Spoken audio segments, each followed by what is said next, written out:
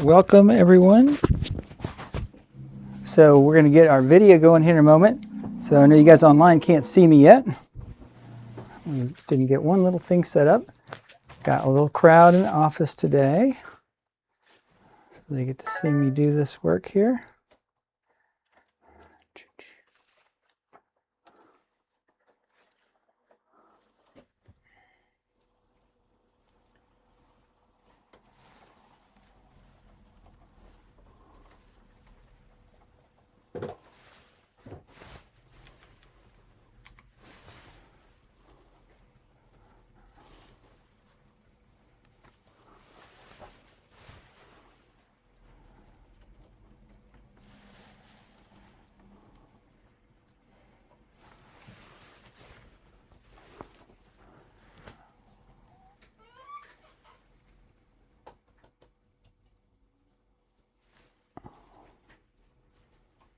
All right, sorry for the delay. There we go. Now you can see me. All right, this is good. Okay, so welcome to our presentation on destroying dementia. Occasionally for you online, I'm going to switch back and forth so you can see the screen better. If there's some time you want to see something you didn't get a chance to see, then you can type it in the chat on the video and then Anna will pick that up. But she'll pick it up probably a minute after you ask for it. So we'll see how quickly the delay is. But if you have questions, put them in there and then we'll get to them if we can. Certainly we can get to them at the end. Anybody has questions, we'll get to you by then. But we may occasionally stop along the way. But there's a lot of information. So I'm going to go pretty fast. And don't worry if you don't remember anything. There's no test at the end.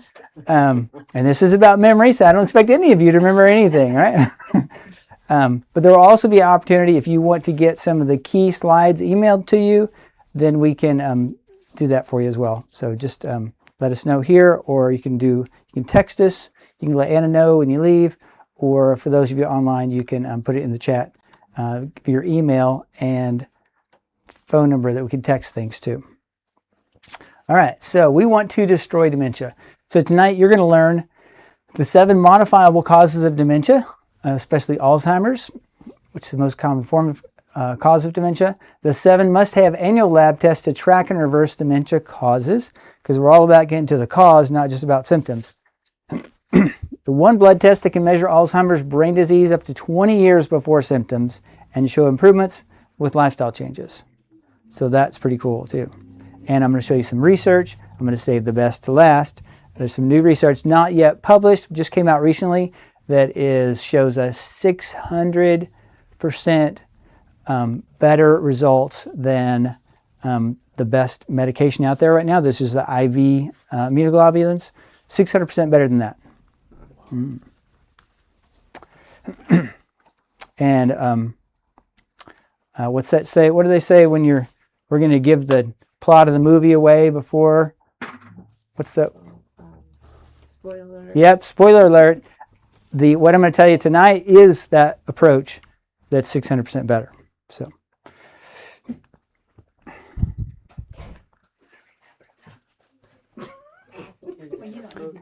are you telling memory jokes in there? Okay, so you got one more person to come in. Come on in. Okay, yeah. All right. So destroying dementia. Why should you care? So if there's some of you who don't know why you should care, there are approximately 500,000 new dementia cases per year in the USA and expected to increase to 1 million per year and 14 million people dying with it by 2060. Okay. So, and if you just, if you had it for a few days and then died, it's like, who cares, right? It's when you have it for 10 years and then you die, that's when it really stinks. And I have seen it with my own eyes a couple times in my family. Alzheimer's slowly destroys memory and thinking skills and eventually the ability to carry out simple tasks. Alzheimer's is currently ranked as the 7th leading cause of death in the USA and is the most common cause of dementia among older adults. So Alzheimer's causes death. How does it do that?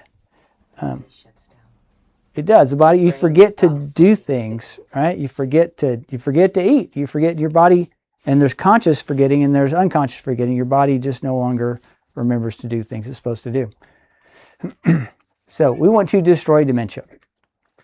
And you can prevent it and you can even reverse it.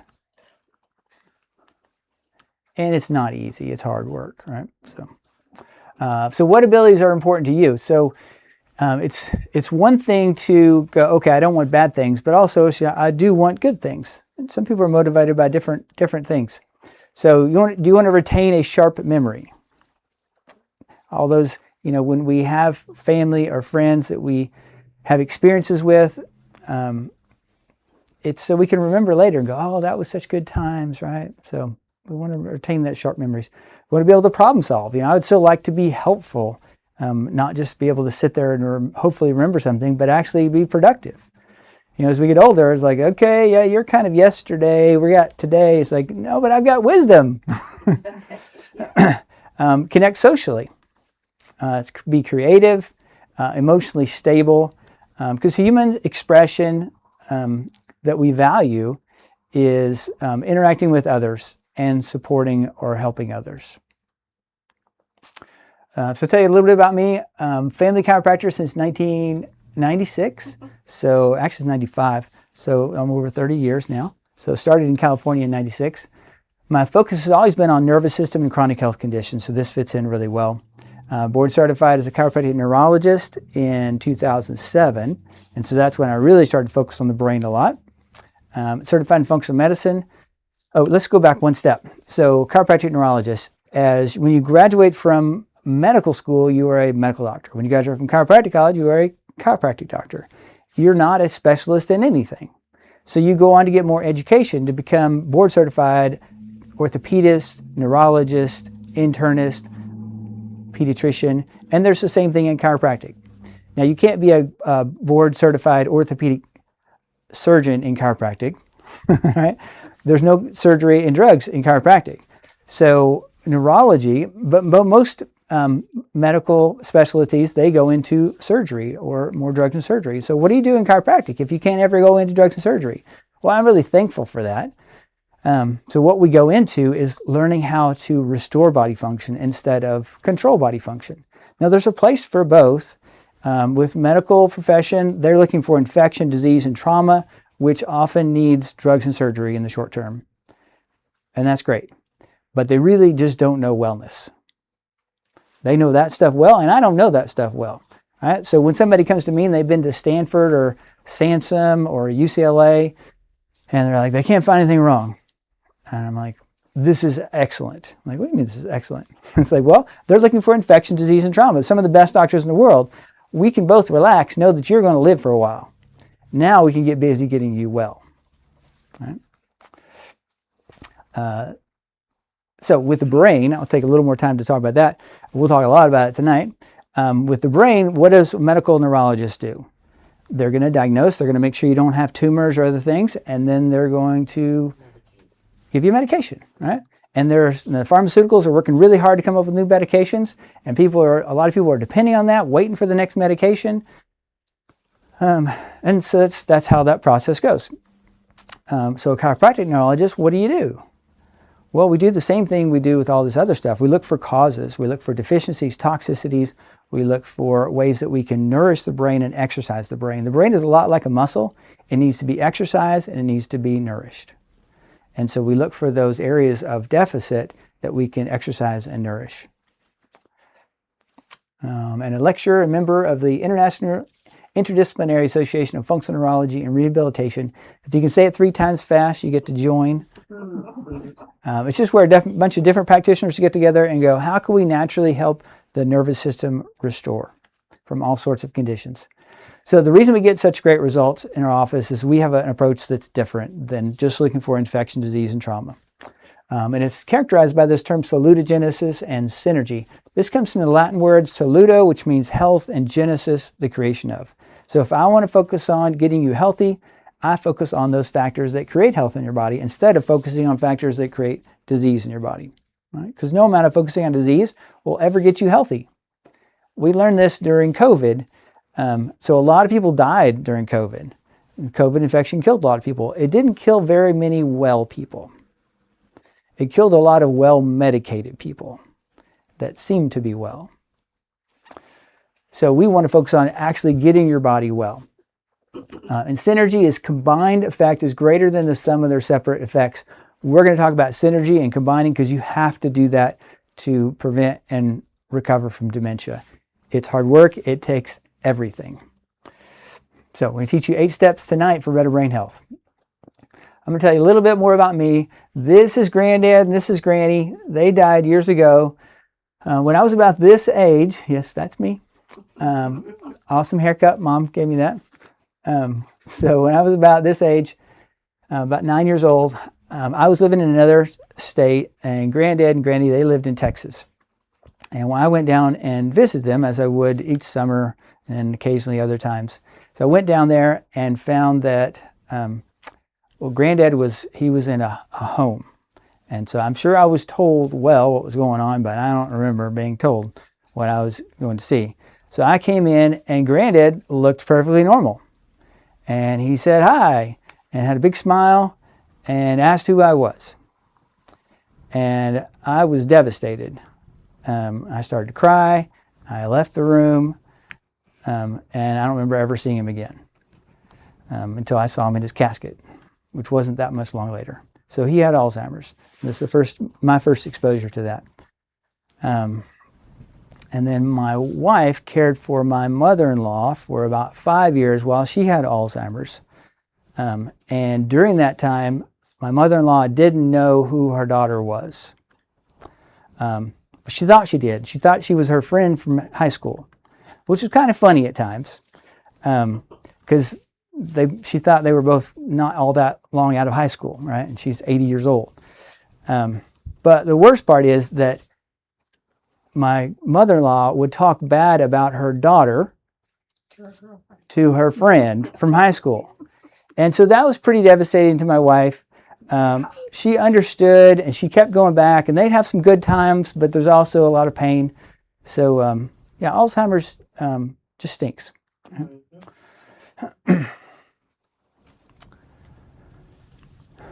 So 1 in 3 people will have dementia when they die. And like I said, it's not so bad to have it. It's to suffer with it for years, right? And many people do. Alzheimer's is life-threatening and the 7th leading cause of death in the USA. So that's why we should care. So how long do you want to die? I want to die for about 10 seconds, right?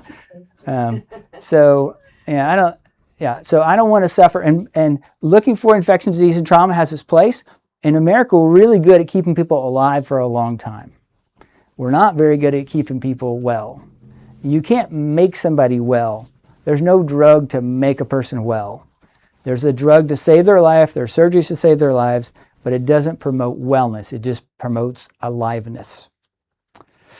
All right, the problem of waiting for symptoms. Brain damage leading to Alzheimer's begins 20 years before symptoms, or maybe even longer, but that's what we can measure at this point. So we don't want to wait until it's like, I think I'm starting to have some memory problems. It's like, well, you better get serious because the damage has been going on for a while. Medications versus healing. This is one of the first studies that was done on a natural approach to reversing dementia. So these are no treatment. You will decline over time. With this, these are a couple different kinds of medications. This is the DACNB, is the IV infusions. That one was pretty good. 35% slowing of decline compared to doing nothing. And it doesn't mean 35% better. It's just you decline 35% slower than you would if you did nothing, which is great. There's no shame in that. But it's a black box warning because it causes brain inflammation. It's like, oops, that's kind of the cause of this to begin with. In the short term, though, it was helpful. So they're really hopeful, the new medications. This RECODE is this whole body, whole life centered wellness approach. Dr. Bredesen came out with this years ago, and he finally got a study published, and he's got a new one that's not quite published, and I'll share that with you later. There was improvement in memory and Alzheimer's symptoms. not just a slowing of decline. So that was pretty amazing, and that's the approach I'm going to share with you tonight. Why should you care? We have a lot of why should you care slides.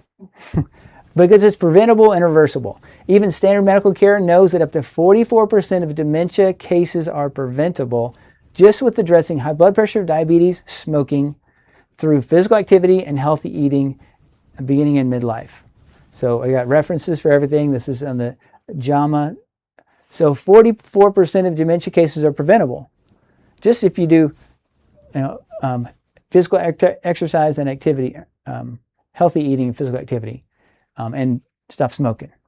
But I'm sure none of you smoke in here anymore. Okay. So reversed via healing. Okay, so this is the RECODE program. In that 84% of people improve, 12% decline, 4% have no change. So not everybody gets better. It's like, hey, this works perfectly every time. Everybody, it's like, no, not everybody gets better. But not everybody did the program perfectly as well. And sometimes even if you do it perfectly, you just, you can't win every battle. But 84% is pretty awesome, and there were significant improvements. What does it take? Well, there's the 7 approaches: exercise, sleep, stress reduction, brain stimulation, detoxification, supplements, and nutrition. That all promotes neuroplasticity, which is healing in the brain. All right, I'm going to do a close-up on the slide for our folks online, if I can get that to work. There we go. Okay. Reverse via healing. Okay, so what happened here? 20 weeks of diet, exercise, stress management, coaching and training, 4 hours a week. And that's something I'm actually going to have to get more serious with people. Is these people who did this, they actually had, and what I ask people is at least their spouse to do this, but it takes a lot of work. And so these people in the program, they had coaching and training on exercise and nutrition. Is that critical? I don't know, but we know it's hard to change our lifestyle, right? It's really helpful to have somebody there who's pushing us and encouraging us. Okay, so the control group who didn't do anything for 20 weeks, they got worse. In this scale, going up is worse. The treatment group improved. So, yeah, they did all these things and it helped. So the brain is kind of, what is this? This is pretty cool. So this slide, you guys heard of the canary in the coal mine? There we go. So the canary in the coal mine is when back in the days, they had gases, and they still do, right? In the mines, they have these gas pockets, and carbon monoxide is odorless and tasteless, right? So you don't know you're there until but it's very attracted to your hemoglobin, which you need for oxygen. But carbon monoxide holds on even harder than oxygen. So if it gets in there, it can gradually suffocate you, right? Just through breathing. So canaries, they're more sensitive and they would pass out, right? And so you're holding their canary and the canary passes out, you're like, uh-oh, everybody out of here, because there's a gas that you're breathing in that's going to do that to you if you keep going. So the brain is a bit that way when we start to have symptoms, because if we heal the brain, what does it take to heal the brain? What did I tell you it takes to heal the brain from dementia? Every exercise, and then everything else too. It's kind of everything. So that's going to help you with your blood sugar. It's going to help you with your fitness level. It's going to help you with your risk for cancer, your risk for stroke. So it's pretty cool. If you heal the brain, you heal everything else. So the brain is a bit like our canary in the coal mine. If we start to have problems, then we know we're having problems everywhere else too. Everything affects the brain. Everything that affects the brain affects whole body health. All right. So are you or your parents developing Alzheimer's disease? So this short little video I'm going to let you watch here. This is from alzheimers.org.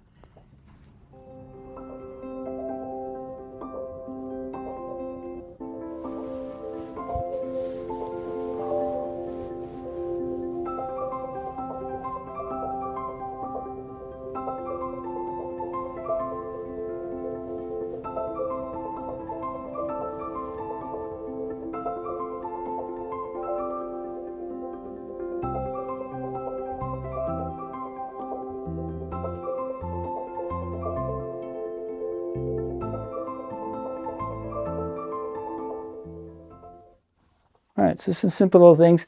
Sometimes we think, oh, this is just normal aging. And sometimes it is. But those give you some ideas of things that are like, well, this is going a little far beyond normal aging. And what is normal aging? Right? It's like, at what point do you want to lose any of your functions? It's like, hold on to them as long as you can. I go rock climbing with a guy. I think he's 74 years old now. I don't know if I'll be rock climbing when I'm 74. But at this point, I can't keep up with him. I'm not as good as he is. Maybe when I have to wheel him up in a wheelchair to the rock, maybe I'll be able to outperform him, but it's pretty amazing. So yeah, we keep the function as long as we can. I'm learning how to surf. I started really trying that hard a couple of years ago. So I'm continuing to challenge my brain. I'm taking a national board exam in chiropractic. They didn't exist when I graduated, but I'm having to study all kinds of X-ray and orthopedic tests and all kinds of things like I'm a little kid again. So. And my wife, she keeps puzzles out on the counter. She goes, "It's good for your brain." I'm always doing puzzles. All right, so memory loss that disrupts daily life, challenges in planning or solving problems, difficulty completing familiar tasks at home or at work or leisure, confusion with time or place, trouble understanding visual images and spatial relationships, new problems with words and speaking or writing, misplacing things and losing the ability to retrace your steps, decreased or poor judgment, withdrawal from work or social activities, and changes in mood or personality. All these can be signs that the brain is declining in ways that are that could be accelerating and be hard to regain. All right, essential tremor. So this is when you, this is not a resting tremor, right? If you're just resting and you have a hand that starts to do this, that's a Parkinson's tremor, especially if it's one side and it's like this. And then you go to do something and then it gets better often, but it's that resting tremor is Parkinson's. But this essential tremor, maybe when you go to pick up a glass, and then you're shaking there. Those are, again, if it's not also resting, and that's when you're at risk. This was new to me. I didn't know this before. Those with essential tremor are 300% or 3 times more likely to develop mild cognitive impairment. That's the beginning of dementia from normal cognition, and 30% more likely to have it progress onto dementia. Those with Parkinson's are 6 times more likely to develop mild cognitive impairment. Because if you have a resting tremor, that's even worse, right? Now, does one cause the other? No, but this was new research that I was surprised about. I had people before, do a finger to nose test, and they'd have this kind of a tremor at the end. They were really accurate, but they had this little tremor, and I'm like, oh yeah, that's just normal. Until I saw this new research, I'm like, that's not normal. And often we can make it better, but that's a risk. Okay, so there's some lab tests that are pretty new that are pretty amazing. This first one, we'll just call it GFAP, for ongoing brain inflammation. NFL, yay Super Bowl, but not the halftime. Did you guys watch the real halftime that was not on the TV? Yeah. Okay. Turning point, yep. Okay, NFL for ongoing brain damage and repair. p-tau217 for Alzheimer's specific amyloid buildup. New blood test is good as CSF and PET imaging. p-tau17 increases 20 years before mild cognitive impairment. So that was pretty cool. And actually there's a ratio that's even a little better. I haven't put it on the slide yet, but that one was pretty good. SLUMS, St. Louis University Mental Status Exam, more sensitive than the mini mental status exam. You can do it every 6 months. And there's another one I haven't put up here yet. It's called the CNS Vital Signs. You can write that down. CNS, like central nervous system, vital signs. I think it's CNSVS, vitalsigns.com. And so that's an online computer test, and that takes about 30 minutes. I don't think I have to administer it here, but it's pretty cool. It goes through reaction time and memory, verbal memory and visual memory and all kinds of things. It's a really good, really sensitive test where we can track things over time. So I've just started using that. Do they do these lab values here? Yes. Yeah. They won't have any idea. Well, they're starting to, right? Yeah. So I go in and I order the test and I have it done on myself. And they're like, yeah, I'm the one who orders the weird tests. And they're like, yeah, okay, we thought so. So you'll see these pretty much just for me, but they can order them, and now they have ordered them at least a couple times. And there's one more test you can write down. It's called the Mocha Espresso. This is not at Starbucks. It's MOCA, which stands for Montreal which whatever that stands for, Cognitive Assessment. So Mocha, MOCA, Espresso. And that's one you can do. It's free and it's quick test, and you can do it online. So look up Mocha Espresso, not Starbucks. Is it espresso or espresso? It's X. Can you do a search for that, Alondra? See what website that is? Mocha Espresso. It's a cognitive test. Yeah, and it's a pretty good test. It's it's simple, not near as sensitive as these other ones, but the slums test, that's one we do in the office. It's a paper test that you answer questions and try to remember stuff. But really liking this, and that one's pretty quick. That takes about 5 or 10 minutes. The CNS vital signs is my favorite one now, though. Okay, and the AQ21 Alzheimer's questionnaire filled by a caregiver or spouse, done every 6 months. So the worst memory problems are the ones you don't know you have, right? Then you're really bad off. It's like, I think I'm forgetting stuff. I'm forgetting stuff. I know I'm forgetting things. It's like you're in a better zone than you're like, no, I don't forget things. And the spouse is like, all the time. So that's when you're worse off. So this caregiver one is really helpful as well. Is that one you have?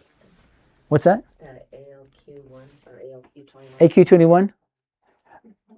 Do you have that one? Or? Yes. Yeah. Can you write that down, Alondra? We need to get that one on our online forms. And then the mocha is iMocha. iMocha. So the letter I, MOCA.com. Oh, MOCHA. MOCHA. It is Starbucks. .io. Okay. Oh, M. sorry. IMO. Okay. HA. IMOCHA. IMOCHA.io. Okay. And you said that was going to be a quiz. I know, for me there is, but not for you. IMOCHA.io. Still with the espresso? No, but that is the espresso one, right? Okay. All right. Okay, so let's get to some solutions. I had a different website. Yeah?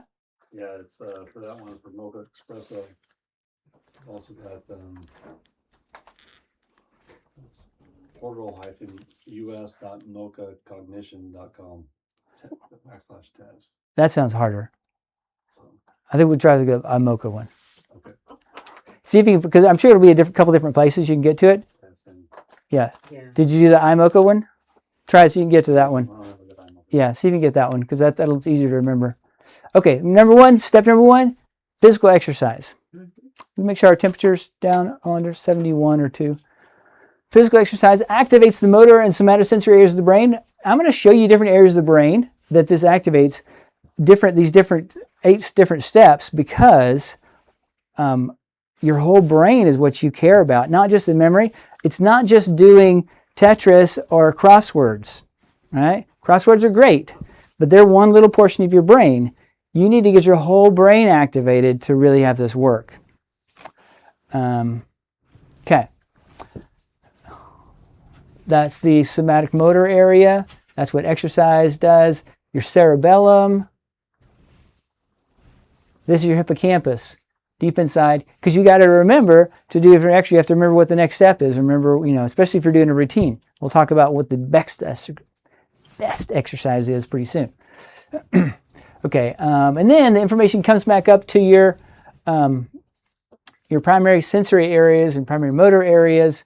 So all these are activated and then back to your cerebellum.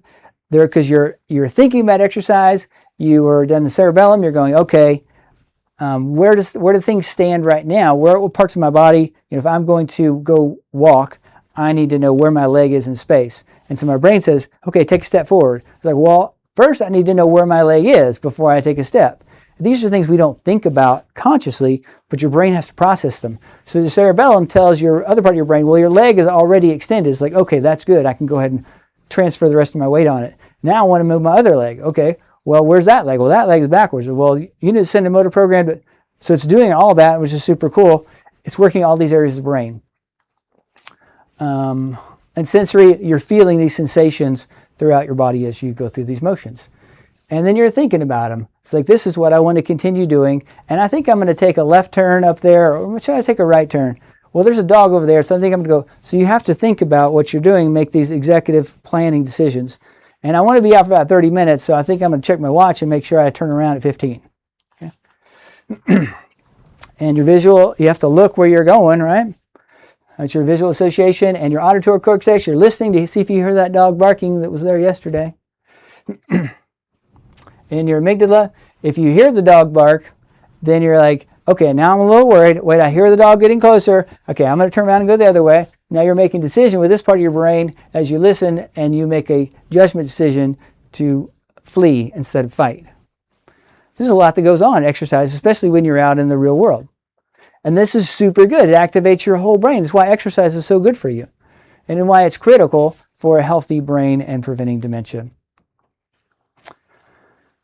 Then it goes back to hippocampus. Okay, that memory area, which is what we all think about. That's where you get the crossword puzzles, right? So then you're like, okay, I'm going to remember where that dog was last time and what time I was out here, so I don't interact with that dog again. And I'm going to remember to call that neighbor and tell him, I'm scared of your dog. Okay, let's look at a little bit of research. This was pretty amazing. Sedentary behavior and incident dementia among older adults. The likelihood of dementia over 6 years versus 9 hours of being sedentary. All right. So does sitting around cause dementia? Well, there's a strong correlation. We'll say that. So they said 9 hours is kind of the baseline. All right, I'm going to everybody to stand up because we don't want to be sedentary anymore. So go ahead and stand up. If you're sitting at home, stand up. I'll let you guys get a close-up of the... There we go. Okay. So we'll have you stand up for a couple minutes here while I'm talking. Okay, so if you sit... Now, this doesn't count sleeping, right? You're going to sleep, and that's okay. But while your wake hours, if you're sitting or lying down for 9 hours, then that's okay. So let's say you have a job, you work 8 hours, you're sitting down the whole time.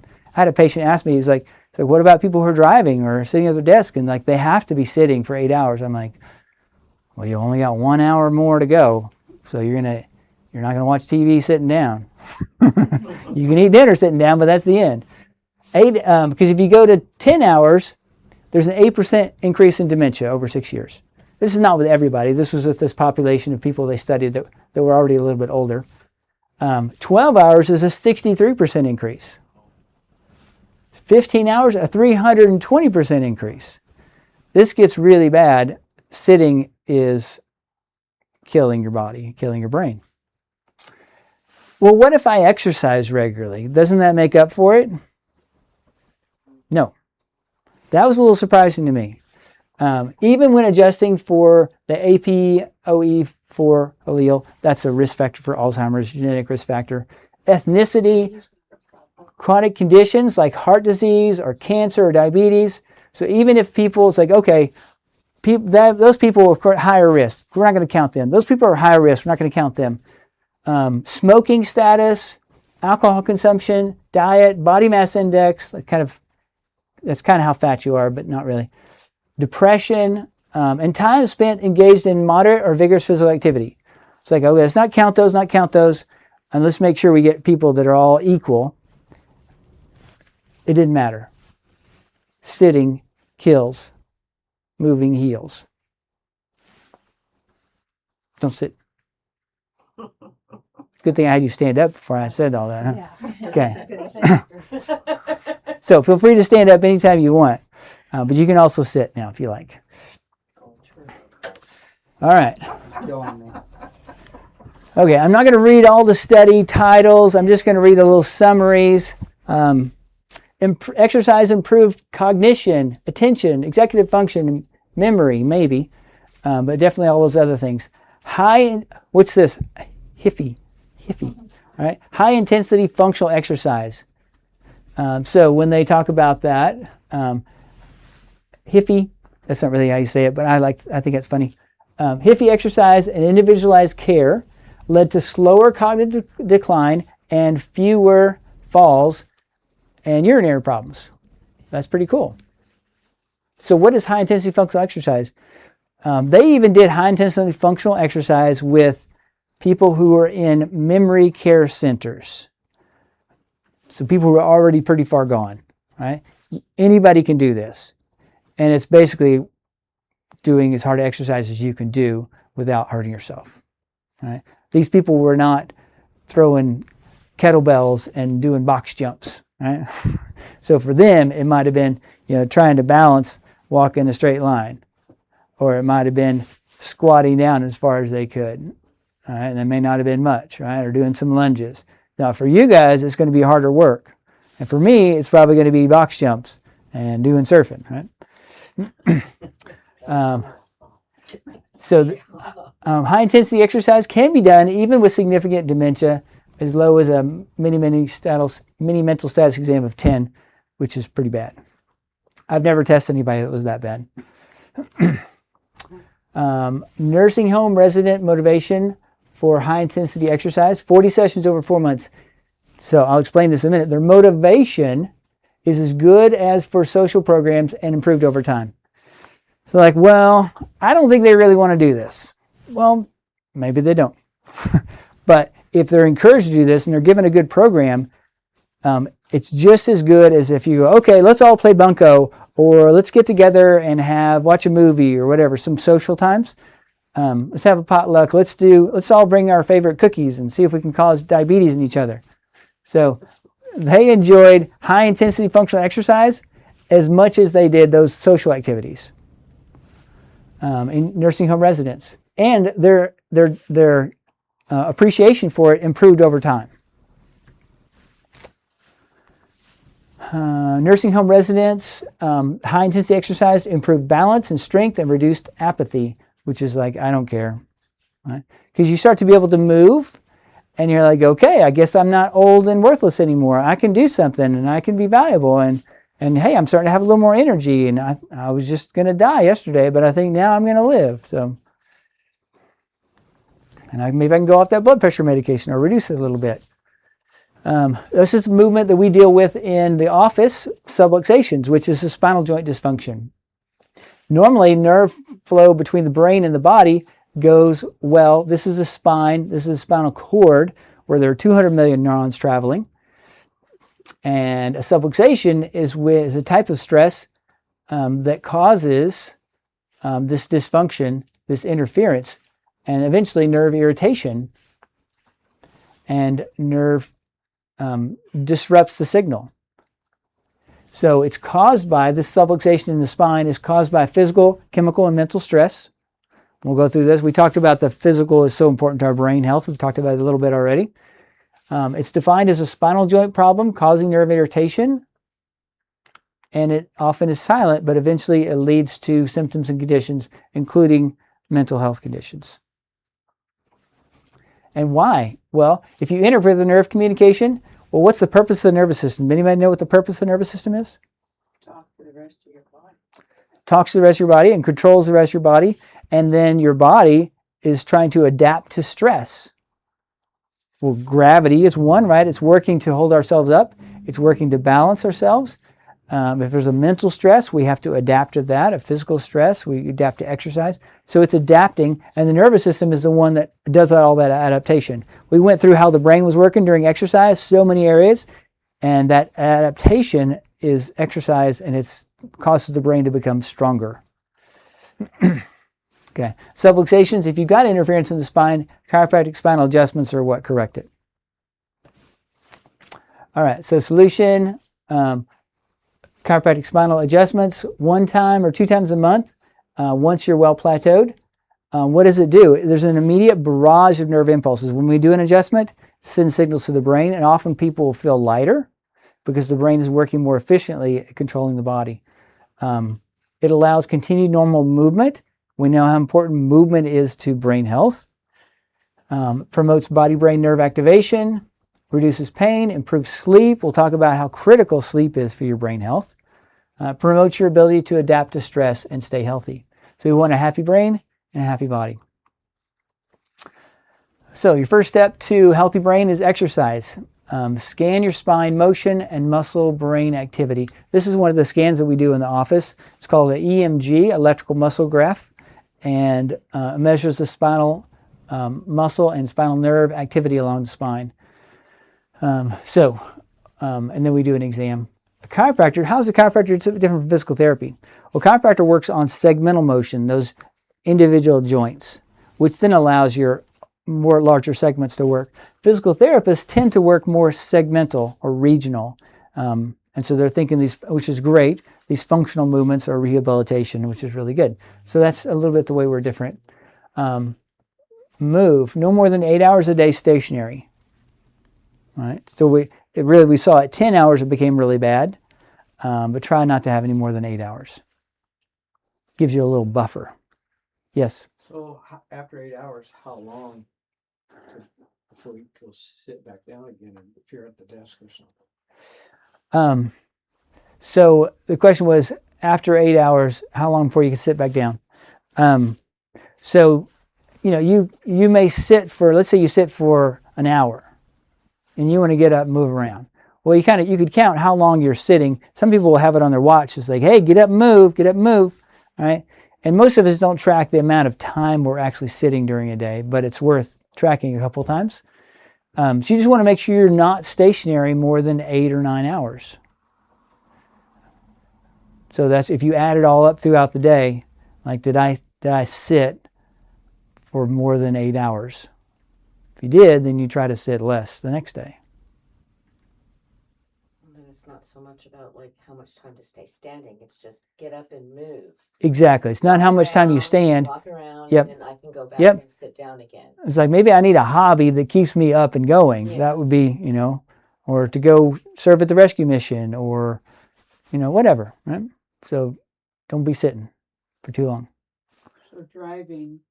That's for long sitting, yep. hours is sitting. It is, yeah. Truck driver, like on the road for 8 hours, like, whoop, don't sit anymore. Better go to sleep. Well, we did a Or road get up and do trip stuff. That you drove 8-9 hours a day, but we stopped every 2 hours and got out and walked around. Yep, so if you're driving a long time, stop. That's good. 2 hours is my Yep. limit, behind the wheel. All right, so exercise 3 hours a week, moderate to high intensity. That's that high intensity functional exercise with some resistance. And then chiropractic adjustments 1 to 2 times a month. So that's kind of our summary for physical. Mental activates the prefrontal lobe. Okay, that's here, prefrontal cortex. If we're thinking about stuff, that's really, you can think of the front part of the brain as the thinking part. And then the cerebellum, which is down here. We used to think cerebellum was just motion, physical motion, but it's also mental motion. So same way you're thinking about taking the step, mentally, if you decide something, you're like, okay, well, what is going on or around me right now? And is that the right mental step to take? And it helps you coordinate your ongoing thought processes. So the cerebellum is activated there. The hippocampus, that helps you remember. It's like, what did I do last time I was in this situation? Or I need to remember what I'm doing now, where I'm putting my keys, because, right, so the more you engage your brain in these mental exercises, the better. Education preserves your brain. So it's not too late to get educated, but those people, the studies show that 50% of highly educated means over 17 years of education, or at least 17. Highly educated people over 75 years old with normal brain function have Alzheimer's pathology on autopsy. All right, so let's figure that out. When they die and they cut up their brain, they're like, wow, this person had Alzheimer's. But they had normal brain function. Having Alzheimer's pathology doesn't necessarily mean that you're going to have symptoms. Okay, so that's good. So education is one way to prevent the problem. I like to think of it as Swiss cheese. All right, so if you've got a lot of cheese, then you can have some holes in it and you still got a pretty good meal. Same thing with your brain. You can get holes in your brain, but if you've got a lot of brain, you can afford to have some holes in it. All right? Okay. So now, of course, you don't want any holes in it. All right? So we're going to do everything we can to make sure there's not holes, but we're also going to maximize those connections. How do you maximize those connections? Educate. Educate. Yep. And that's our mental part. How do you Implement it. how do you get the more brain in your motor and sensory areas? Exercise. All right. So we want to use it or lose it. Right? It's real simple stuff. So they'll talk about with these dementia research. They'll talk about people who, how much education do you have? Because that actually matters statistically. And so that's part of the reason. Not really. I just can't stop learning. But the fact that I'm just intensely learning, like this year is one of my most intense learning years in decades. So it's great. And sometimes I think I know everything that I really need to know. And I guess I could if I had lower standards, I'd know everything I need to know. But then I get a different patient or I learn something else from another doctor. I'm like, oh, I don't know anything. I have so much to learn. So I'll never stop. That's a good thing. Yep. I do remember when I was in high school, I wasn't really interested in learning. I remember, I don't know if it was a vow, but it was near a promise. I'm like, when I graduate college, I am never going to study again. I remember saying that to myself anyway. Well, I broke that vow. Oops, okay, so I got all that. Build brain resilience with cognitive challenge. So we're still on mental exercise. Think faster, focus better, remember more. People skills, new and long-term relationships. These are helpful. Because you interact with people, you're using multiple parts of your brain. People are tough. And so they cause you to use multiple parts of your brain. Navigation. Go a different way. If you go the same way every time, then your brain is not working very hard. When you have to go different ways, find different paths, then the brain starts to exercise more and be engaged more. And intelligence, new information. So learn a new language, learn a new skill. It's great to do the thing you love, that you're so great at, that you can do in your sleep, but that's not really helpful for your brain anymore. You need to do something new that's challenging. Okay, so how can you do this? There's a great online program, and you can do this for free, Brain HQ. It builds brain resilience with the best brain training, and they've done research on it showing that it is actually the best. So there are some online stuff that works, and these challenge multiple different areas of your brain. They show that it improved attention, brain speed, memory, people skills, navigation, and intelligence. That's pretty awesome. That's what you need. It doesn't give you physical exercise, but it does those other things. So Brain HQ, I think it's brainhq.com. And you can sign up and you can do one session a day for free. If you get addicted and you want to do more, then you have to pay them like, I don't know, $50 or $100 a year for it. But you can do one session for free. We should do it while we're standing, right? That's right. That's right. Yep. Unless you've just come in for a walk or something. Yeah. So it's one session, You get one session a day for free. one session a day. Yeah. I used similar Use at college for Uh-huh. teaching the students I had, and it was with the geriatric patients Mhm. with Alzheimer's, and we did the MME that way. MMSE. Had Uh-huh. something like this. It was very similar, and that was actually kind of fun. Yeah. It is kind of cool. And it'll give you after you do it a few times, then it'll tell you where you compare to other people your age and gender, and so you can kind of check on that. Okay, so test your mental speed, flexibility, and memory online with the Brain HQ. Test your brain function in the office. We can do cognitive testing with the SLUMS test, with the AQ21, and then that new one, which is the CNS vital signs. I like that one. And then exercise your cognitive brain. That's the thinking part of your brain. Daily mental challenges, be personal and social, enduring and new. What does that mean? Long-term relationships are hard because people are hard. So long-term relationships are really helpful. and also our new relationships, because they have different new challenges. So I don't really like this because I don't really like relationships. That's not really true, but they're hard, right? Okay, but it's important for your brain. Weekly, do routine change. Don't keep doing the same thing all the time. Monthly, yearly challenges, a new skill or a new hobby, and then you could do the Brain HQ. So that's your mental exercise, second step to do for brain health. Okay, mental stress reduction. Where does that work? Your frontal lobe, because you're thinking about what you have to do. Your cerebellum, because it involves thinking processes. Your memory about stress stuff. All right, so how do we reduce mental stress? All right, I want everybody to stand up again. We're going to stretch your bodies.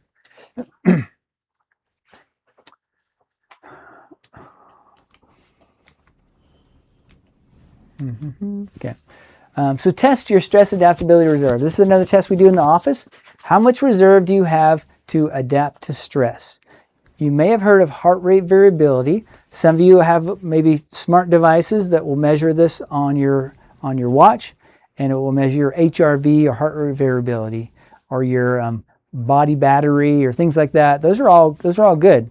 They're not so good day to day, but as you improve over time, you can see those changing, and it's affected by your sleep and your exercise and your diet and all those things. So increase. How much reserve does your nervous system have to adapt to stress?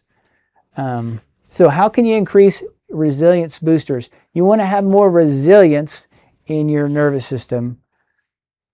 So that's like having less holes in your Swiss cheese, right?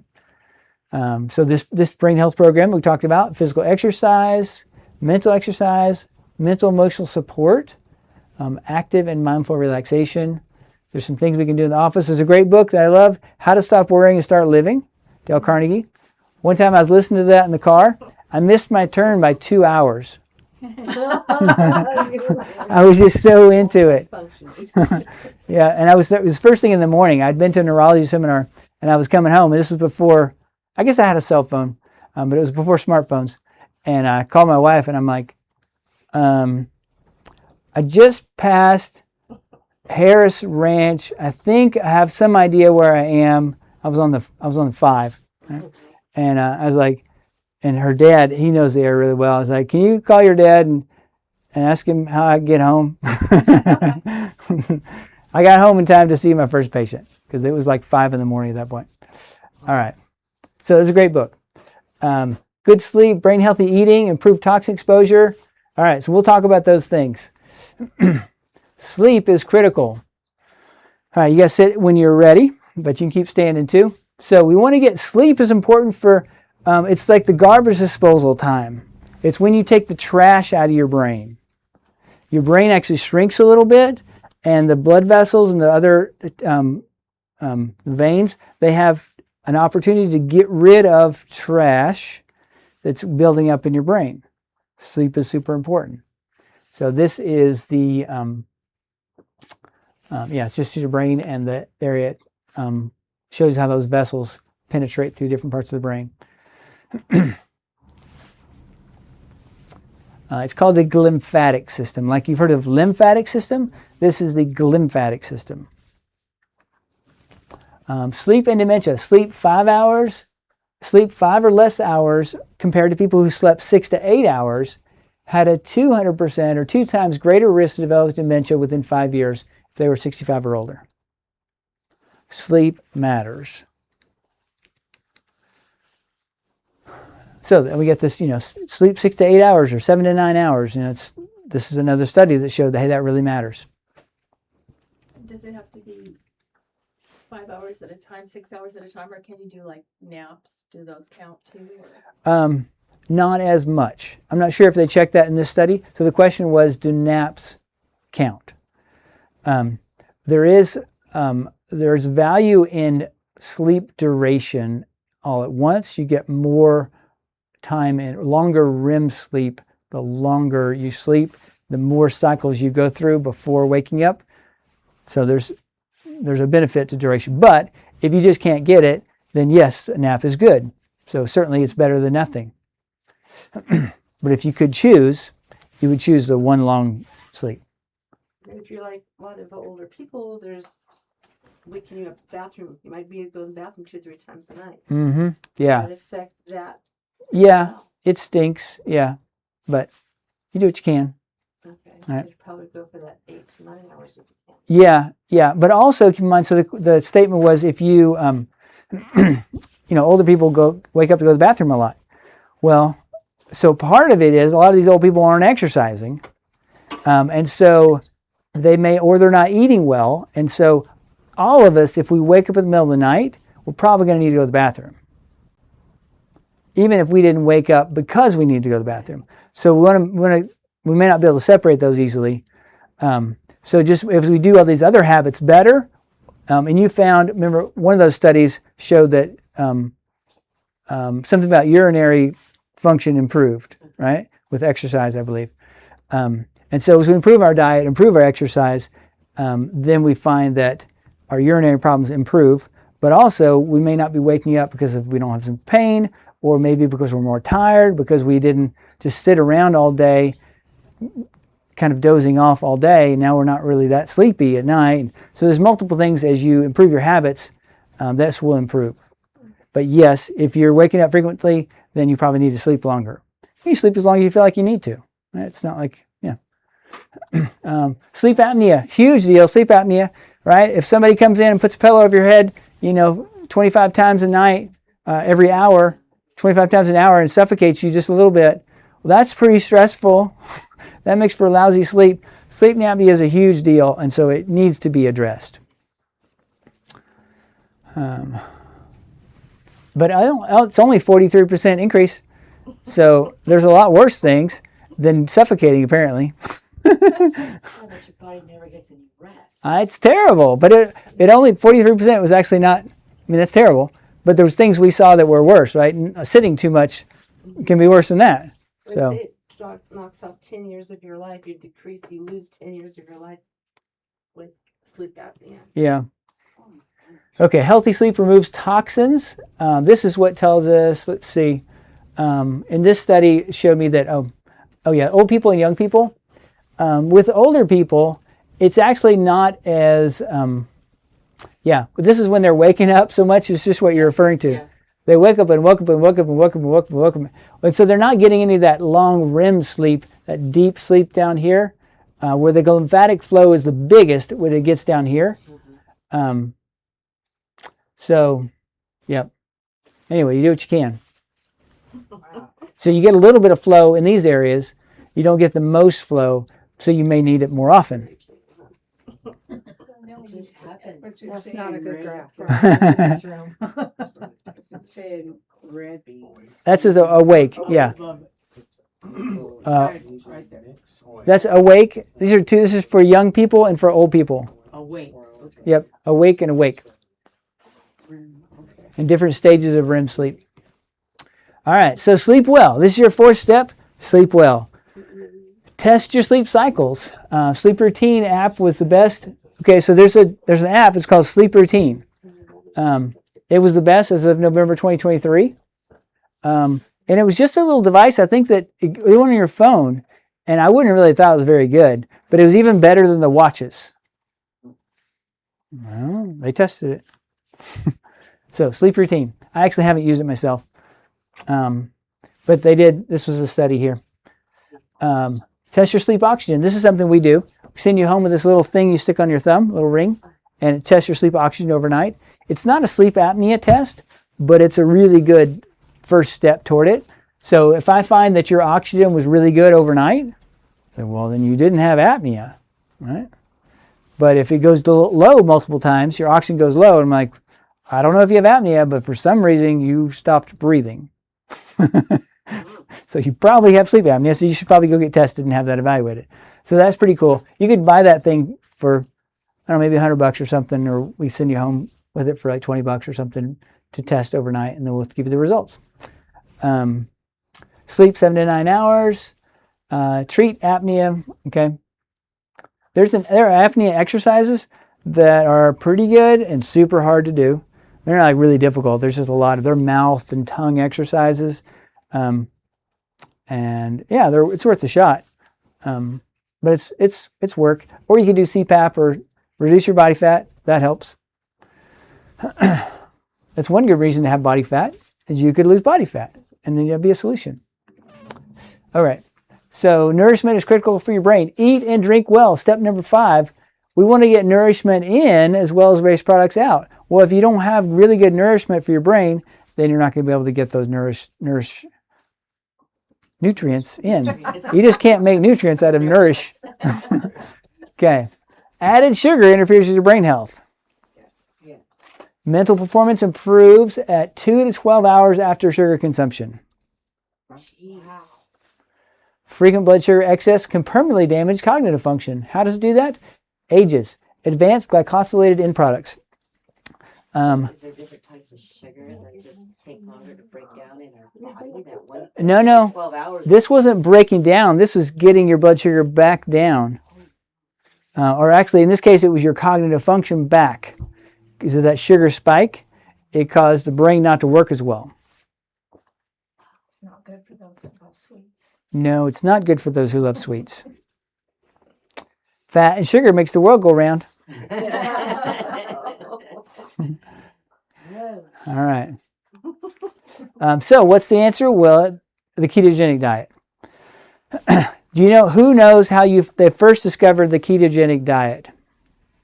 Who first discovered? Yep. Not Percy, Dr. Keto. So what did they use it for? Diabetes is good guess, but no, it was epilepsy. Oh, really? Children with epilepsy. And then they came up with a medication, and the diet went out. So now they put kids on drugs. But ketogenic diet is hard, right? So for many cases, it might have been life-saving for kids, right? So it's great. But we do adjustments and diet for kids with epilepsy, and we've had some good results. So ketogenic diet. Oh, and we haven't had to put any child on a ketogenic diet yet, by the way. So, but that would be the next step if we couldn't get them better otherwise. So this helps control your blood sugar. Now, ketones are produced when you break down fat. Your body uses sugar most readily, and we've always got it available. We're always eating. We have food at our call all the time. We can always just load our faces, and I have done it plenty. Right? When I was a child, here's how bad it gets. When I was a child, like 5, 6 years old, so at my dad's office, they had coffee. I tried coffee once when I was about 5, and I have yet to drink it again. Coffee actually is a health food. Every study over the last 30 years has shown it's a health food. So I don't have anything against coffee except I don't like its taste. And I had it when I was 5. So, but by the coffee there were sugar cubes, a little square sugar cubes, and those were actually pretty good. And so I would load up my pockets with sugar cubes, suck on. Yes, I sucked on sugar cubes as a child. It gets worse.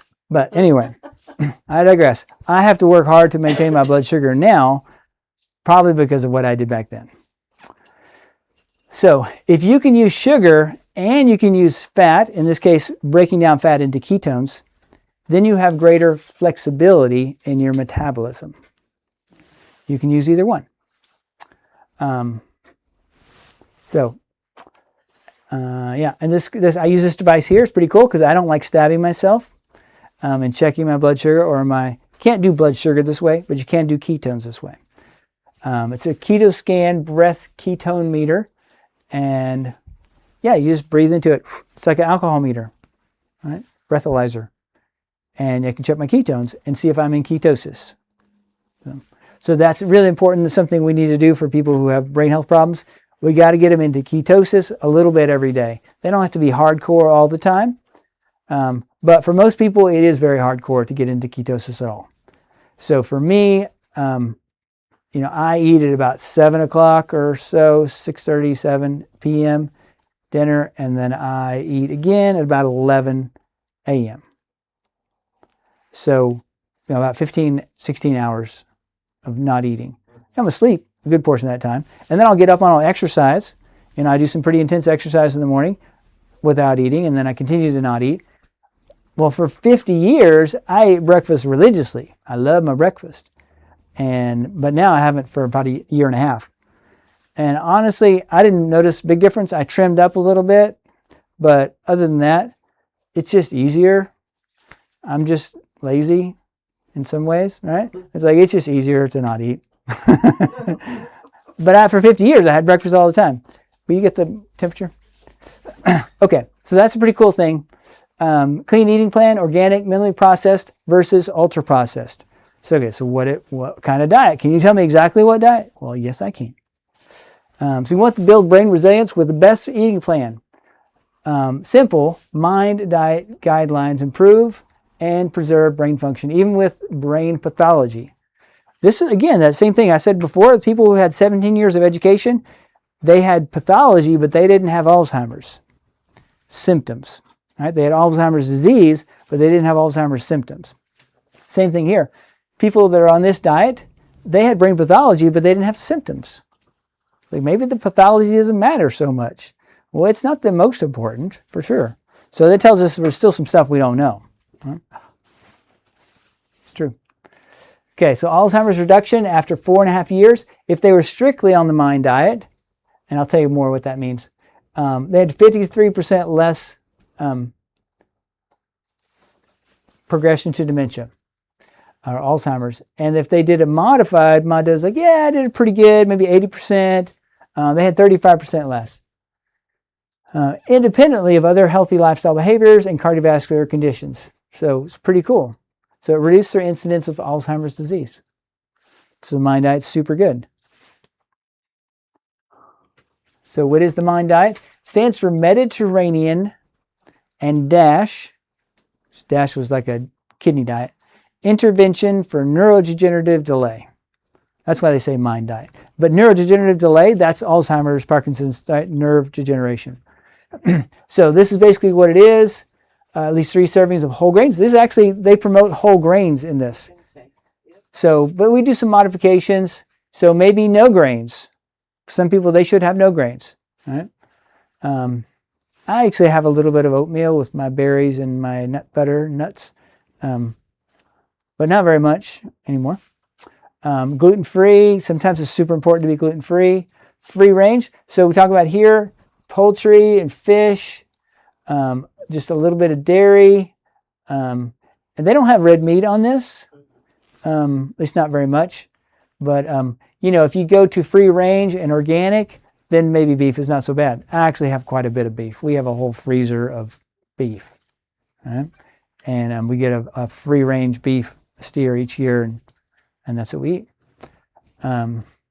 Okay, wild versus farmed, all those things matter. Organic, grass-fed, all those things matter. And they didn't really test for them in the mind diet. So I think if you go toward those more healthy options, then it allows you to have perhaps more of the dairy or more of the beef. But nuts and berries and greens, pastries and sweets less than 5 times a week. Well, I recommend that maybe like once or less a week. That's a lot. It is it's like crazy. It's like what kind of diet is that? Like ice cream every night. Right? So, but you still got to get into ketosis. All right. So it is a pretty easy diet to do pretty well on. Okay.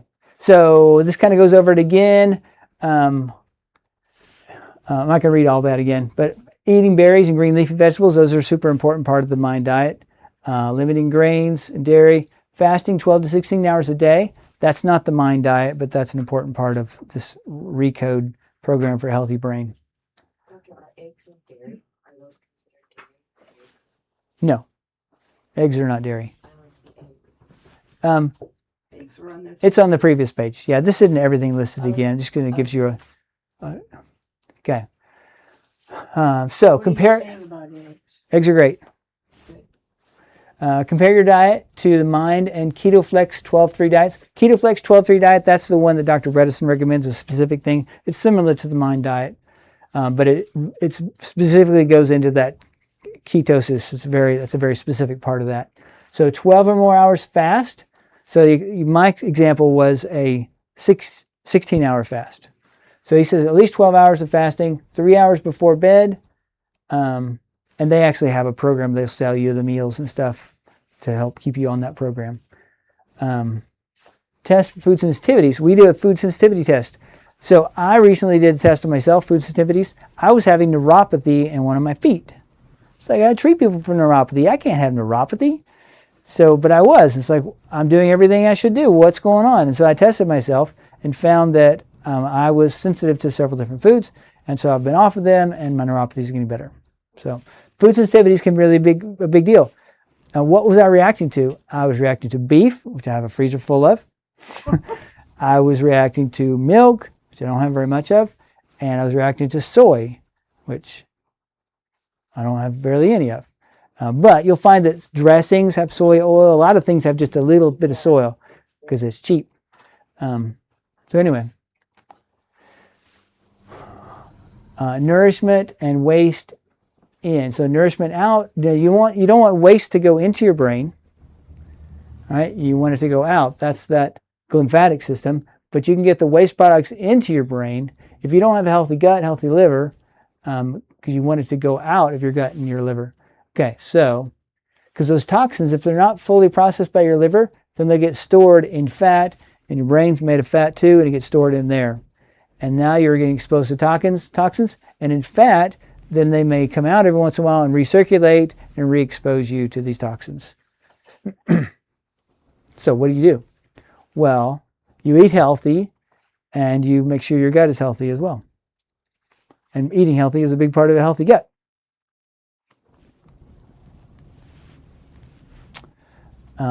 Healthy gut removes toxins. This was an amazing study. Researchers found that a total of 38 different gut bacteria strains were able to absorb forever chemicals at a variety of concentrations. So these forever chemicals that we're also worried about, they're in everything, and they seem to be causing problems, and there's absolutely nothing you can do about it. It's like, thank you for nothing. Thank you for just telling me about something I can do nothing about. Healthy bacteria actually absorb these toxins. These are the toxins, these are the bacteria that absorb them. There will be a test on this later. Yeah, me too. So, plastics, yeah, like that. Yeah, and the stuff that's in Teflon, by the way, don't buy the new amazing iron pot it's just better than Teflon, but it works and it doesn't stick at all. And it's like, yeah, I didn't buy it, by the way.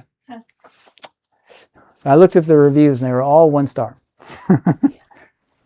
So yeah, that no stick stuff is super awesome, right? But like Grandma said, ain't nothing free. Grandma said that? So cast iron, yeah. So stuff that's just like, wow, all the sugar-free, everything. It's like there's something in there that's messing you up. Question. Probiotics? Probiotics. Like yogurt or whatever. They're good. Yep. So that's the bacteria. Probiotics is a bacteria. So it's good to ingest extra. Yep. So and you can also have fermented foods, sauerkraut, kimchi, soy. Those are things that cultures have done forever. Is taking these foods that have these bacteria in them and eating them. It also helps preserve stuff. Sourdough bread. Sourdough bread does not have anything living in it. You killed it when you cooked it. Sourdough bread like no other.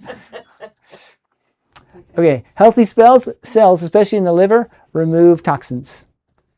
It takes proper nutrients to go through these different phases so that you can eliminate waste via urine, bile, and stool. This helps us remove toxins by being well nourished. So we can test for this. Gut health testing checks for absorption, dysbiosis, which is bacterial overgrowth, and yeast or fungus. And so we test for it, then we remove the bad stuff. We replace with good stuff like probiotics and fiber and food, and then nourish the gut cells. So that's step 6 and 7. Reduce toxins and supplement. We're getting toward the end. Cell nourishment testing. We can look for oxidative stress, mitochondrial dysfunction, omega imbalance, toxic exposure, methylation imbalance. I had a patient, we just finished this testing on her, went over the results, and she said, do you do that cellular testing? And I'm like, yep, that's what we did. And because you'll hear stuff on Facebook or some other things like, special super duper mitochondrial function testing, whatever. It's like I'm not really good at giving the showy names for them, but yeah, that's what we do. We're looking for all those functions at the cellular level. And then, but often the solution, we talk a lot about diet and exercise. Yes, supplements as well, but you got to have that good diet as your foundation, because if you don't, it's like putting lipstick on a pig. Right? And yeah, it just, studies show over and over again that we find the culture that has the food, and then we find what's in that culture that in their food that helps them be so healthy. And we're like, oh, this is what it is. It's turmeric. And it's like, oh, okay, we found it. So let's extract the turmeric and let's make a pill out of it and let's take it. And it's like, oh, but it doesn't work unless you have pepper with it. So let's put pepper in the pill. It's like, yeah, but okay, but it also didn't work unless it has some oil with it. So let's take it when you take oil, or let's put some oil in the pill. It's like, maybe you should just have the meal that those Indian people are eating that are so healthy because they have all the turmeric, Maybe it's not even the turmeric to begin with. It's the whole combination and the fact they're eating it with the family around the table. And so, yeah, so have a good diet. And then, yes, I take supplements. I recommend supplements. But we always got to remember it's got to be built on a good diet first. Okay, so this testing we can do, find all kinds of things out, address the diet, cell nourishment testing, address the diet, address digestion and absorption, because if you're taking the supplements or the food and you're not digesting and absorbing, you're not getting the benefit. And then supplement is needed. We can also test for mold toxicity, because mold affects the brain. Now, we're all exposed to mold, but it's a matter of whether that mold is affecting our body. One of the tests I showed you at the very beginning, I think it was the GFAP test, can tell us if the mold or heavy metals are affecting our body. And if they are, then we want to go back in and go, okay, well, what is it?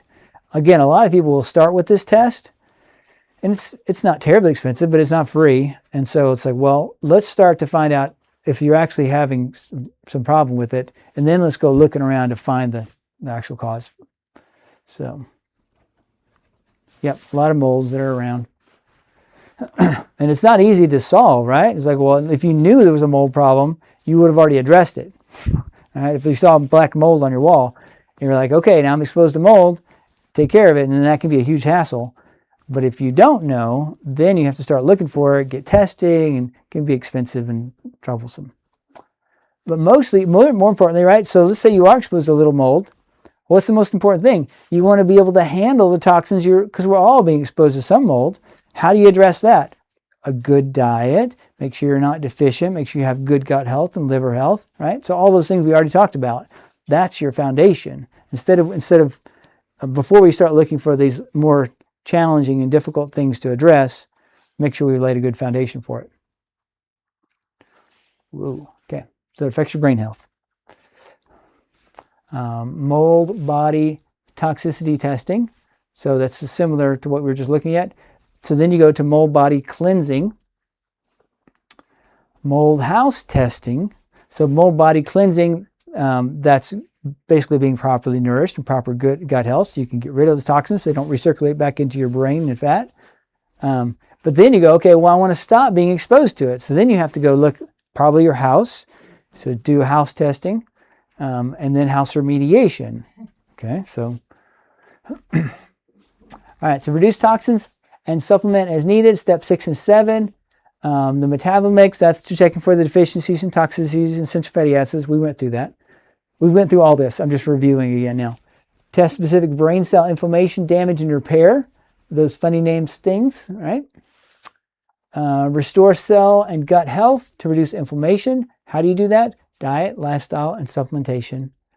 Test and treat sensitivities, food or chemicals you may be exposed to, even healthy foods like beef that you may be reacting to. I'm not anymore. I can eat beef again. I had to be off for 3 months and then reintroduce. But then I'm going to retest in a few months to see if I'm still reacting to something that's maybe causing problems I'm not aware of.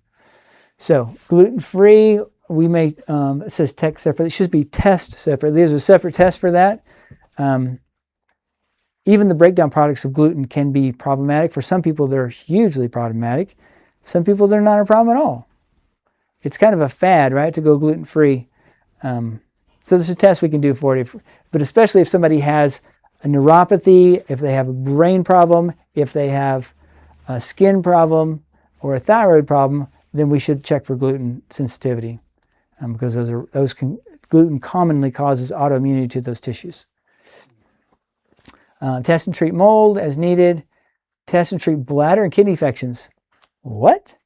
So this was shocking to me. I worked with a retirement home in town for a bit, and this lady who was in charge there, she goes, when people come to my facility, first thing I do is check to see if they have a bladder infection. Because older people often don't know they have a bladder infection, and it can cause delirium. It can make them just totally look like they have dementia, and it's a bladder infection. I don't know exactly how that happens, but it's probably the some of the toxins that are recirculating are actually now like ammonia or something is causing toxicity in the brain. So that can be a huge deal. That's relatively simple to correct. And again, they often don't know. They don't have the typical bladder symptoms, the urinary tract symptoms, so they don't know they've got an infection, which is weird, right? So especially for ladies, like, oh, I know when I've got an infection. Well, you get older, sometimes you don't. All right, V-Light. Here's some bonus therapies. V-Light is, you grab one, Anna? Can you pull it up for me? So it's a device like this. I'll put it on for you. I use this about 5 nights a week myself. They tested people for Alzheimer's, did 12 weeks of treatment, and there's a treatment group and the control group. And this was for the lower the score here, the better. Will you open that up for me? The lower the score, the better. And so there's a treatment, and the treatment group started out worse off than the control group. The control group actually got 7 points worse. The treatment group got 6 points better. So it ended up being a 13-point spread over this 12-week time period of just using this V-Light, this red light therapy on the brain. Now, there's a lot of red light therapy devices out there, and you don't have to worry about plugging it in. It does have a little battery pack that goes with it. So it's pretty simple. There's all these several LEDs on here. 2 on the side, 2 up front, and one in the front and 2 in the back.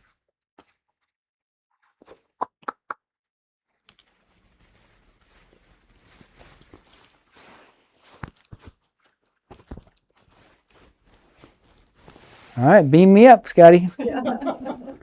Okay, so, and this goes in your nose. Oh man, not doing that one. So up in your nose is the quickest way to your brain, right? So when you're kids, they talk about don't pick zits right up here because it can infect your brain, right? Because of the blood flow. Well, you want to get some blood flow that's nourished, and this is what this does. This increases nourishment to cells, and it actually happens through blood flow as well. So this is one of the quickest ways, and this is what the research they did it. So I'd use it because that's what the research showed, and this was this as well. So I put it on. It's a 20-minute timer, and it just goes off, and you're done. You won't feel anything, except your one nose is plugged. So they showed it worked. So what about other devices? Well, they haven't shown they worked. They may work better. I don't know. But this one actually did the research and said it works. Let's have another one.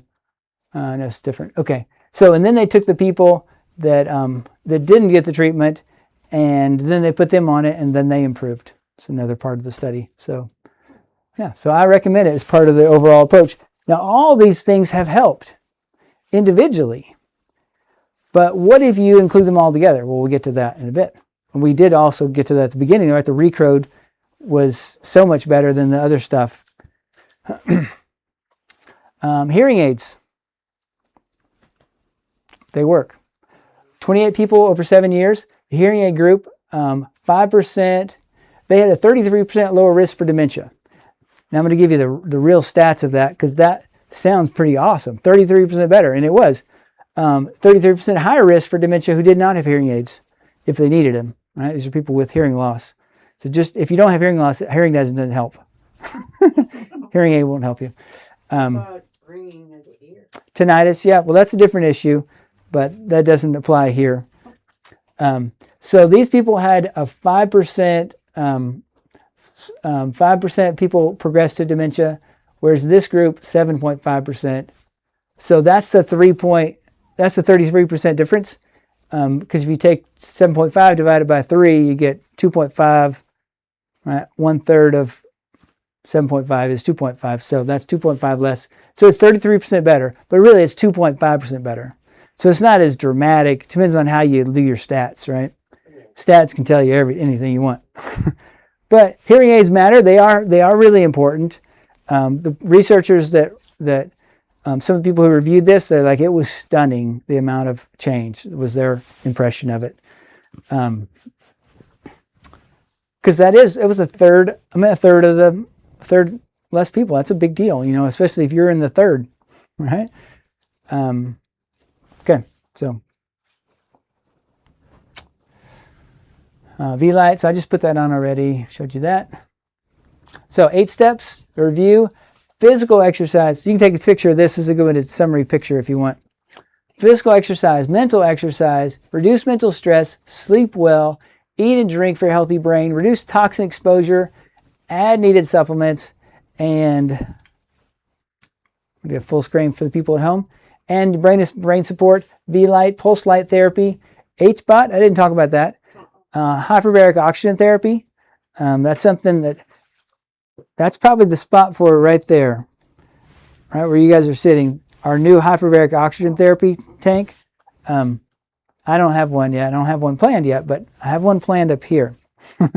So good for all kinds of things, for recovery, for resistant tissue damage. Probably also really good for this. And then laser therapy. It's good for the brain as well. Okay, so professional. I told you a lot of things you can do on your own, and some things we would do here. So the professional grade, we start with a neurological evaluation, some cognitive testing, give you a report of findings and action plan, and then we'd say, okay, we're going to implement the 8 steps. Gradually, we're going to go through, and we're going to meet with you once a month, and we're going to make sure you're implementing them. We're going to encourage you to get a trainer and maybe even a health coach, but we'll give you some of those. If you can implement things well, then you may not need that. Further testing, if needed, for inflammation, sugar handling, hormones. These initial tests are good to do on everybody. 3 Alzheimer's tracking specialty tests, nutritional deficiencies and gut health, food and chemical sensitivity testing, gluten-free testing, and then report of findings on what to do with that, mentally, physically, and chemically. And then we refine the 8 steps. If we need to do mycotoxin testing for the mold, right, we do that testing, and then find the source for it. That's it. Pretty simple, right? It's pretty hard. It's hard work. It's a hard work. There's lots of side effects from this as well, right? More energy, better sleep, less cancer, less stroke, right? So you got to watch out for that too. All good stuff. All right. So now I'm going to go over the new research, and then we're going to wrap it up. So precision healing is the Avanthia. That was the name of this research, the Avanthia testing trial. Precision healing is basically the name of the approach they talked about, which also is Dale Bredesen's RECODE program, which is also what we use. The one thing I don't do that they do is give hormone replacement therapy. And new research came out recently, a big meta-analysis suggesting that that's may not be helpful and may actually be harmful in some situations. Research came out before that said, hey, hormone replacement therapy doesn't cause cancer anymore like we thought, and strokes in women, so everybody should have it.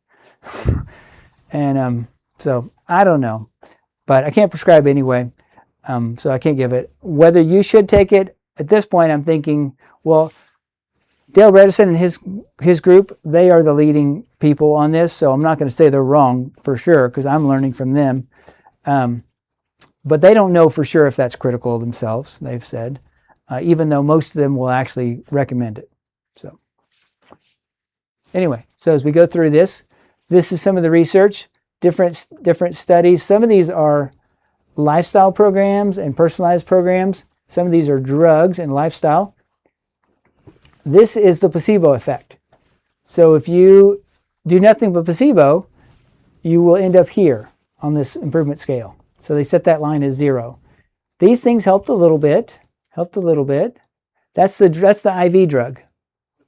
That's like the awesome, bestest thing for Alzheimer's, right? Which we learned in the previous study, it reduced the decline rate. It didn't actually improve them, it reduced the decline rate. And this is this recent study. And so you got a 0.29 improvement versus 1.11, 300% better. So the Neurology is something that Just the name of the program. Oh, Just the name of the study, actually. I'm not even sure why they named it that. I have to look into that. But it's this equals this equals this. They're all the same. Equals what I just told you. But this was the research. The name of the research trial was Evanthia. This is another way of looking at it. The U.S. pointer, donanemab and lecanemab. So, and this is this random control trial that they just did showing these results. This is the efficacy or how effective it was. It's just showing the same thing in a different graph. It's pretty huge. And the side effects, there's a lot of side effects that are great with this one. This one caused brain inflammation. Oops. Okay, this is restating again. 300% greater than the FDA-approved anti-amyloid medication here. 600% greater than any other widely prescribed anti-amyloid therapy. So these ones that are more common do even worse compared to this. Standard of care versus prescription. So in this study, they did let people basically do whatever you're doing. Do whatever your doctor tells you to do. Whether it's medication or lifestyle change or whatever your neurologist basically tells you to do, that was the standard of care. Compared to this precision healing, all the stuff I've just told you. And these are the improvements they saw. These other people, hey, that improved a little bit, and then they declined. So the dashed line is the natural health care. These improved, what is this? This is memory. This is caregiver Alzheimer's. This is basically did the caregiver say, hey, they're getting worse or they're getting better. This was their ratings. Like, hey, I think they're getting a little bit better, maybe. No. So this is over 9 months. All right, and this one, they're like, this is memory testing. It's like they're getting worse, they're getting worse, they're getting worse, which is kind of what you expect, right? That's what happens over time. But now with this program, it got better. Okay. Key slides information available as an email series or texting. Let us know if you want the key slides, and we'll make those available to you. So online, people can scan this and schedule an exam, and we can start this process. And I will do this. A lot of the tests, we can't do all the lab testing and everything for this price, but typically we'll charge $375 for this. So if people online, or if you guys know somebody who wants to get started on this evaluation process, then we do the initial evaluation, initial testing, which may take us a couple days to do. Then we'll do it for $145. So FYI. And then $245 if there are multiple people in the family that want to be tested, because whenever there's memory problems, there's stress on everybody, so it's good for everybody to get checked. So we'll do that for everybody in the family that wants to be evaluated. That's an old slide. Yeah. So we'll make it for 2 weeks. So what's 2 weeks from now? Probably like March 17th. Okay, call that March 17th of 2026. So you don't have to get in by then, just make the appointment by then, and then we'll give you that price.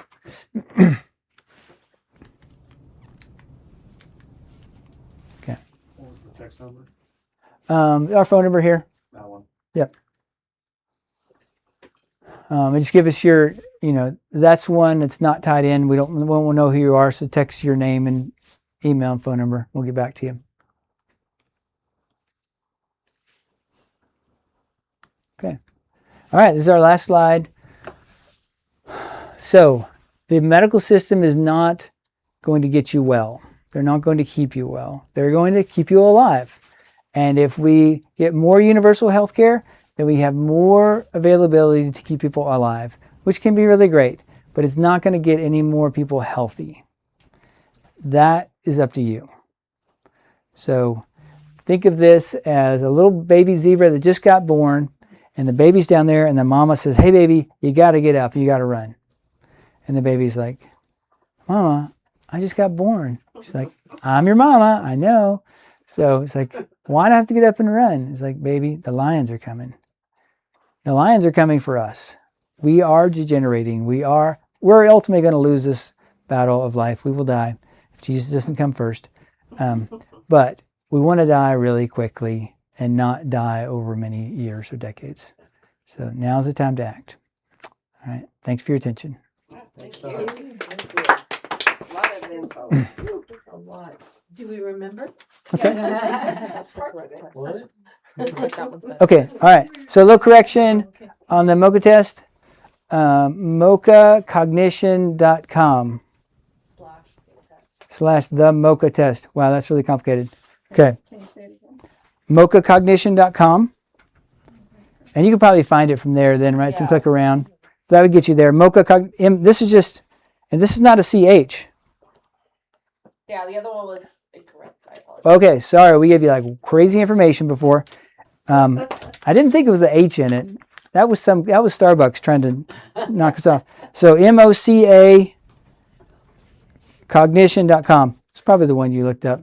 Sorry. The other one was iMocha was an AI platform for business. Nice. Okay. All right. And then / the -MOCA -test. So but you could get to it just MOCAcognition.com. All right. Thanks. Sorry for the misinformation. Just add me to the bad boy list.